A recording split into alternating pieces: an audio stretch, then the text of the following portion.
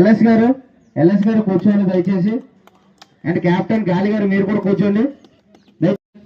Vijay master దయచేసి కూర్చోండి. Tech Titans on the toss.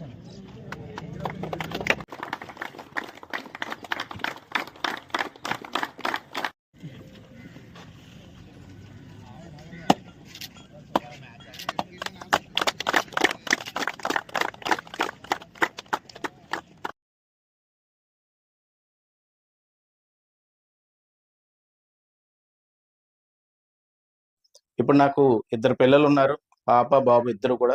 వాళ్ళు బాబుకేమో 5 years, పాపకేమో 8 years. ఇద్దరిని తీసుకెళ్ళి నేను బాస్కెట్బాల్లో పడేశాను. పడేస్తే ఆ కోచ్ పృథ్వీ అని ఉంటారు, ఆయనకి 25-26 years అంతే. ఆయన అంటే మేము ఎందుకు రెస్పెక్ట్ ఇస్తుంటే, ఆయన మా పిల్లల కోచ్ కాబట్టి మేము కూడా ఆటోమేటిక్గా రెస్పెక్ట్ ఇస్తాం. అక్కడికి వచ్చిన పేరెంట్స్ రెస్పెక్ట్ ఇస్తారు, ఎందుకంటే ఆయన గేమ్కి మేము రెస్పెక్ట్ ఇవ్వాలి, ఏజ్కి కాదు. కాబట్టి ఆయన ఆ ఏజ్లోనే యునైటెడ్ స్టేట్స్ ఆఫ్ అమెరికా వెళ్ళిపోయి బాస్కెట్బాల్ కప్ కొట్టొచ్చాడు.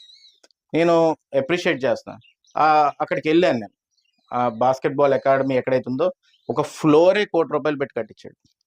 ఓన్లీ బాస్కెట్బాల్ ఆడడానికి ఉన్న ఫ్లోరే ₹1,00,00,000. నేను ఆశ్చర్యపోయాను, ఎంత స్టాండర్డ్స్ ఎందుకు పృథ్వీ అంటే, ఆడితే ఇలా ఆడాలన్నా లేకపోతే వదిలేయాలి అనేవాడు. అంటే నేను ఆయన చూసి చాలా ఇన్స్పైర్ అయ్యాను. ఇన్స్పైర్ అయ్యి లోపలికి వెళ్ళాను. లోపలికి వెళ్తే అక్కడ రూమ్స్ ఉన్నాయి. ఆ రూమ్స్లో ఏంటంటే, హాస్టల్లో మనకుంటాయి చూడు, కింద బెడ్ పైన బెడ్, అలా బెడ్లు పెట్టి మనలాగా రూరల్ ఏరియాస్ నుంచి కుర్రోళ్ళని తీసుకొచ్చి వాళ్ళకి స్టైఫండ్ ఇచ్చి ఫుడ్ పెట్టి గేమ్ ఆడిపిస్తున్నాను. సో నేను అడిగా, దీన్ని ఏమేంటి అని అడిగాను. ఏమేంటి అడిగితే, నేను ఎట్టి పరిస్థితిలో క్రికెట్ ఉంది, హాకీ ఉంది ఇండియాకి, బాస్కెట్బాల్ ఎందుకు ఉండకూడదు, ఎందుకు మనం యునైటెడ్ స్టేట్స్తో ఆడకూడదు, ఎందుకు మనం ఇంకో కంట్రీస్తో ఆడకూడదు. ఈ బాస్కెట్బాల్ ఆడిన ప్రతి ఒక్కడు కూడా మీరు అబ్జర్వ్ చేయండి, రైల్వే ట్రైన్ ఎక్కినప్పుడల్లా ఎవడైతే పొడుగ్గా కనబడతాడో వాడు బాస్కెట్బాల్ ప్లేయరు, వాడు టీటీ ఉద్యోగం వచ్చేస్తుంది ఆటోమేటిక్. సో ఒకసారి సెంట్రల్ గవర్నమెంట్ ఉద్యోగం వచ్చింది అనుకోండి, ఆ గౌరవం వేరుంటుంది ఫ్యామిలీలో కూడా. కాబట్టి నేను ఒకటే కోరుతుంది మీ అందరిని ఏంటంటే, నర్సీపట్నం టౌన్లోంచి మిగతా ప్రాంతాల నుంచి కూడా వచ్చి ఉంటారు. ఆ యూత్ నేను కోరుతుంది ఏంటంటే, మీకు చదువు ఒకటే టాలెంట్ ఉండాలని ఏం లేదు. ఎవడో చదవలేనాడు కూడా నేను పైకి ఎదిగినోడు నేను చాలా చూశాను. కాబట్టి చదువు ఒకటే కాదు, ఏదన్నా దాంట్లో మీకు టాలెంట్ ఉందని తెలిస్తే దాన్ని పట్టుకొని కన్సిస్టెన్సీ మెయింటైన్ చేయాలి. కన్సిస్టెన్సీ అంటే మీకు అందరికీ అర్థం అవుతుంది అనుకుంటాను. కన్సిస్టెన్సీ ఏంటంటే, మార్నింగ్ 9 to 10 ఎక్సర్సైజ్ చేస్తాను రా అని ఎవడన్నా అనుకుంటే, అది 1 year 9 to 10 చెయ్యాలి. 2 years అయినా 9 to 10 చెయ్యాలి. 9 అయిందంటే 10 వరకు అదే పని మీద ఉండాలి. అది కన్సిస్టెన్సీ అంటున్నాను. అలాగా ఒక స్పోర్ట్స్ని మీరు పట్టుకుంటే ప్రతిరోజు ఆ 1 hour ఆ టైంకి ఎక్కడున్నా కూడా ఆ టైంకి ఆ గ్రౌండ్కి వచ్చేయాలి, అది చెయ్యాలి. లేకపోతే మధ్యలో కానీ రేపు పండుగ ఉందో లేదురా, ఎల్లుండి చూద్దాంలే, ఆ తర్వాత చూద్దాం అంటే కన్సిస్టెన్సీ పోతుంది.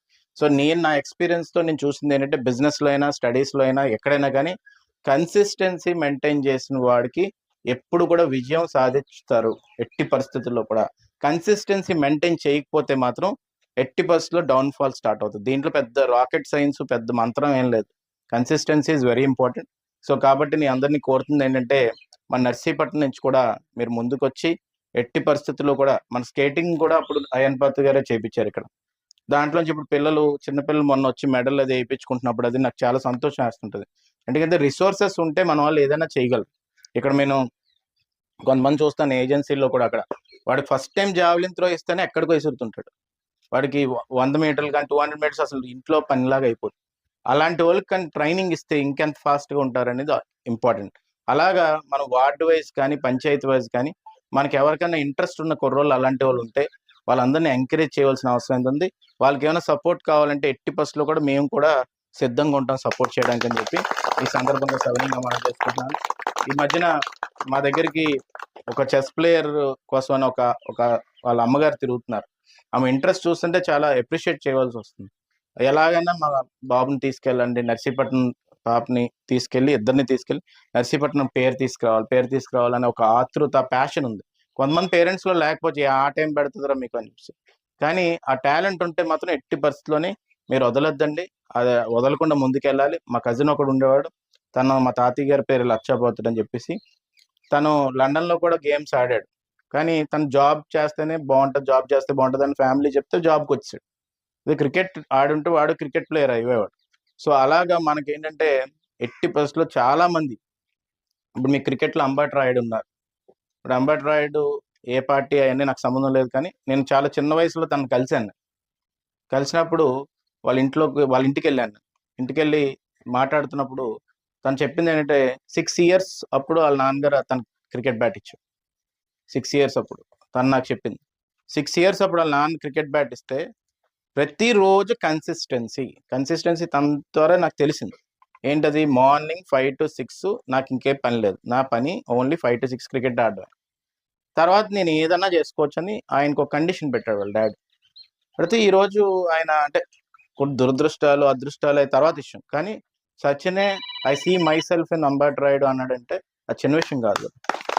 సో కాబట్టి ఎట్టి బస్సులో నేను కోరుతుంది ఏంటంటే ఎవరికైనా చిన్న వయసులో అలాంటి వస్తే థాట్ ప్రాసెస్ ఎక్కడ వెనకడుగు వేయొద్దండి, ముందడుగేసి ముందుకెళ్ళాలి. ఎట్టి బస్సులో మనకు మంచి జరుగుతుందని చెప్పి ఈ సందర్భంగా కోరుతూ, ఈరోజు ఉగాది రోజు ఇంత మంచి కార్యక్రమానికి నన్ను పిలిచినందుకు ఈరోజు చాలా సంతోషపడుతున్నాను.